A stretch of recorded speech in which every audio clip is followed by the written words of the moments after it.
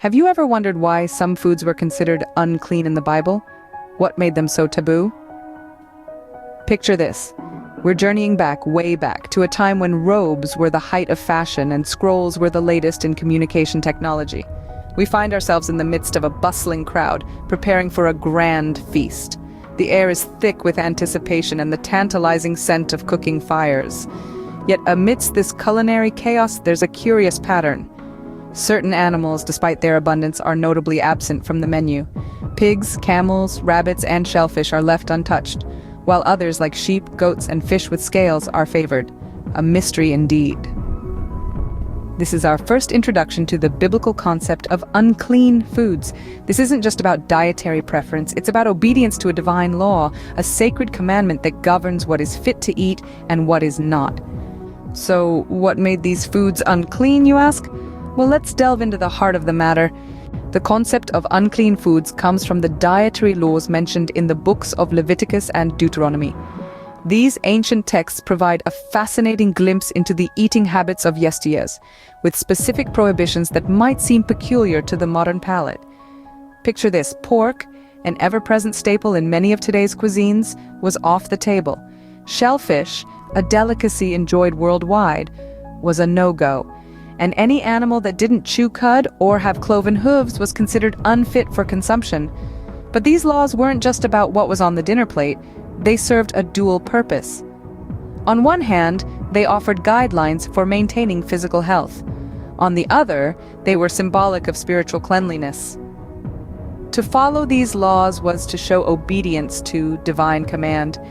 It was a testament of faith, a tangible expression of devotion. These laws were more than just dietary guidelines. They were a testament of faith and obedience. But wait, there's a twist in the tale. Enter the New Testament. The plot thickens with the story of Peter's vision in the book of Acts. Here's the scene. Peter, deep in prayer, experiences a vision of a large sheet descending from the heavens, filled with all sorts of animals, birds, and reptiles. A voice commanded Peter to kill and eat these creatures. Peter was taken aback.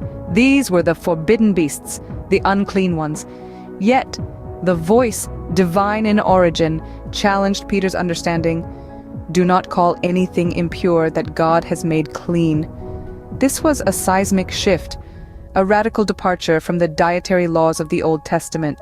This vision signified a new covenant, a new relationship between God and his people.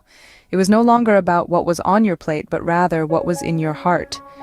With this vision, the concept of unclean foods was revolutionized, opening a door to a new understanding. Fast forward to today, how do we perceive these unclean foods? In the hustle and bustle of our modern world, the dietary laws of the Bible seem to have lost some of their relevance. Many Christians today no longer observe these laws strictly, viewing them as part of the Old Covenant, a time gone by. They believe that their faith is about the Spirit, not the letter of the law. Yet there are those who still hold these laws close to their hearts. Some sects, in their desire to maintain a tangible connection to their faith's roots, continue to observe these dietary restrictions. For them, the unclean foods remain off the table, a testament to their devotion and commitment to their belief system. But whether we follow these laws or not, we can all agree that the story of unclean foods in the Bible is a fascinating exploration. It's an intersection of faith, culture, and divine commandments that continues to intrigue us.